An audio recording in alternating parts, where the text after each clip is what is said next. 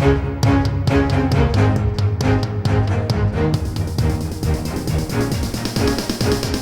is the Washington Times front page for Thursday, January 6th, 2022. Thanks for joining us. I'm George Gerbo. In a prepared speech addressing the anniversary of the events of January 6th, Attorney General Merrick Garland said there is no higher priority for the Department of Justice than to prosecute those responsible for the insurrection at the Capitol last year. Emily Zanto, Joseph Clark, and Seth McLaughlin report the Attorney General made the comments amid criticism that he and his investigators are focusing too much on rioters rather than those who instigated the attack. Senate Majority Whip Dick Durbin applauded Garland's efforts to charge rioters, but said, until those who unleashed the mob are also held accountable, the risk of future attacks on our democracy will continue to grow. Garland insisted that, in circumstances like those of January 6th, a full accounting does not suddenly materialize.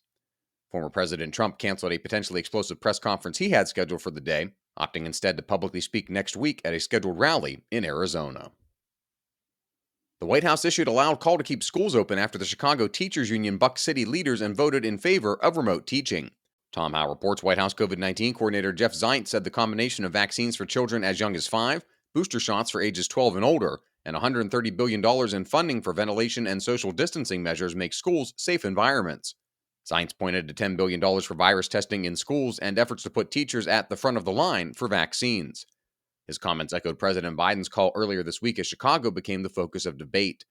Democratic leaders want to get children back on track and satisfy pandemic-weary parents, while teachers' unions say efforts to stem the spread of the Omicron variant have been inadequate. Speaking of Omicron, a rising chorus of medical experts is urging Americans to upgrade their facial coverings as the highly contagious variant drives daily coronavirus counts to record U.S. highs. Valerie Richardson reports in addition to the gold standard N95 respirator, the Cleveland Clinic recommends the KN95 and the KF94, but warned that about 60% of KN95 respirators are counterfeit. The Centers for Disease Control and Prevention keeps an updated list of recommended brands. A major advantage of the surgical masks and respirators is that they are made with melt-blown polypropylene, which helps trap airborne particles. A reminder that you can find all these stories at WashingtonTimes.com/front page. If you don't have access yet, visit WashingtonTimes.com/George and get 25% off your annual subscription.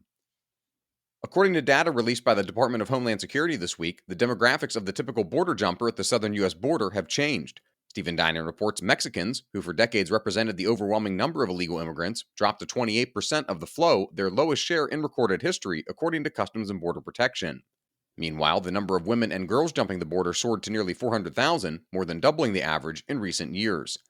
Migrants from the Central American countries of Guatemala, Honduras, and El Salvador, known as the Northern Triangle, accounted for 44% of the flow. The remaining 28% came from farther afield outside Mexico. The previous record was 14%, according to Customs and Border Protection. And finally, a popular revolt exploded in Kazakhstan this week, with protesters storming and setting fire to the presidential residence in the often unnoticed but strategically vital Central Asian nation. Guy Taylor reports the unrest coincided with heightened U.S.-Russian tensions over other former Soviet republics, including Belarus, Georgia, and Ukraine. The Biden administration called for calm before swiftly accusing Russia of promoting a false narrative that American officials are to blame for the unrest, which has been building for days. Find all of today's front page stories at WashingtonTimes.com/front page or on the Washington Times app, and find us on your favorite podcast platforms by searching Washington Times in your favorite podcast app.